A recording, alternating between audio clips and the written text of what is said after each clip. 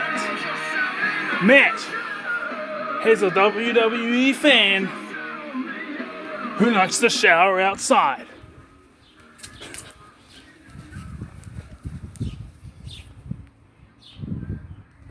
Matt fact, Matt is a WWE fan for his current situation, staying in a sleep out at the back. Matt fact, Matt has a WWE fan who is not quite payday left yet, but he's a very healthy eater.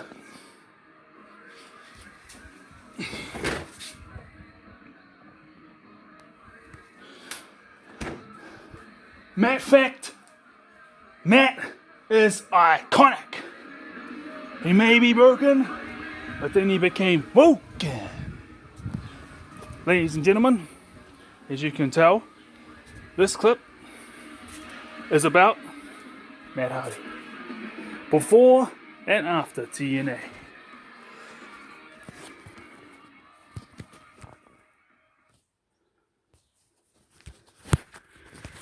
So, what do I think about it? The reason why I put that clip on, because we're talking about Matt Hardy specifically in this one, specifically speaking. So, we're not going to be talking about Matt Hardy being one half of, in my opinion, the greatest tag team in WWE history, if not the greatest tag team in the world's history. Although there have been others that have managed in skill, but we're talking about WWE, so it's all about character, and it's all about all this other stuff. And reliability and longevity and storytelling, and as well as all the in-ring stuff. Now, the bit of a downside of the tables and chairs and stuff, if you show and ladders, if you show something to a crowd consistently, then they become numb to it, and you have to, in order for them to stay interested, like they're semi-interested, you have to keep up that level. And if you're not, then they're going to go away. And in order for them to spike their interest, you have to be even more extreme. But let's face it, if we were their age and we saw that stuff and we saw this opportunity, we would have taken it. So it's just hard luck for us if we pursue those, endeavours. That's why character's so important. It's going to be fun. It is fun. Matt Hardy. Version 1. As I saw Matt Hardy version 1, I do think that he had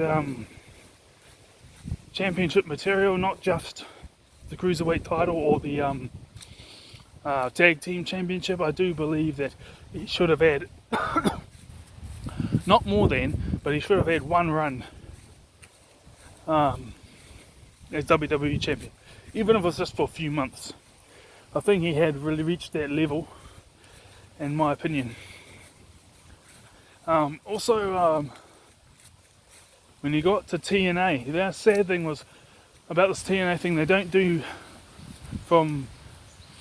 there's a time period of about 5 or 6 years where they don't really record much, but then you could search up the storylines and the characters and the matches for about this. It's about an 8-year, 10-year period. Just going to check if this is still going. Yeah, 8-year, 10-year period where you can not see anything, and so that means that a lot of the stuff, apart from the broken Matt Hardy, is you can only see you can't see any full matches, maybe entrances included for both athletes. Yep, or performers. The performance will go for 5 minutes, and it's just like the very ending. This is from what I searched on YouTube. But then there's like another 8-year period when you can see it all, but Matt Hardy wasn't there. Cold-blooded Matt Hardy. That's the one I've been wanting to see for ages, but I've only been able to see 3 matches. But so from the too extreme Matt Hardy, that's how he was known in the Hardy Boys. When he became single, and then on and off with his brother, singles competitor. His first one I came across saw because I was watching it, was Matt Hardy version 1. And he went from and then his first showing up in TNA was after the end of his first singles run in WWE. I can't remember if that was his first run altogether. They lasted the whole time through, or if they had a couple. But the cold-hearted Matt Hardy was the first time they ever saw him as a heel. I called him cold-hearted because he aligned himself with the heelish characters, and he had this like dreads thing going on. Unfortunately, this was around the time when I wouldn't take the time to go out and watch any wrestling. I wouldn't take the time to watch any wrestling on YouTube unless it was WWE, and I usually was too busy out doing all this other stuff like partying instead of watching WWE, like going out with all the rugby guys. 2011, so I would have been out doing other stuff, but still going out. Because 2011 was cold-blooded Matt Hardy was introduced. I don't know when he left WWE though. There must be something else. So yeah, I do think that he would have been just a pain, that character, because I heard 2 promos, and one of them was awesome. He's like, I have cold blood running through my veins, and I will show no mercy. I will not be held accountable for what I do to you tonight. And to his opponent. And the other promo, he was going around talking about how the system of the world and the system of the professional wrestling are against him, set up against him, and if you're not one of the select few to be prosperous in the system, they're up against you. And it was just making all this. He was a real downbeat character. He was a victim-minded character. Well, and after that, there was these different renditions. He got the big money Matt when he was the multi-millionaire guy looking down upon everyone else, and that's the one where he became the TNA World Champion. Now, to me, that character is pretty cool. That one there is makes sense, because even though those who are performing in the WWE on the lowest card, they will be making heaps of money, because that's the top 0.1% wrestlers in the world. Still, must be, or at least 1% anyway. And so yeah, big money Matt Hardy. All these fans are so beneath me. What they call it, the meaningless creatures, he called them. The meaningless creatures. And they'll say, you suck, Matt.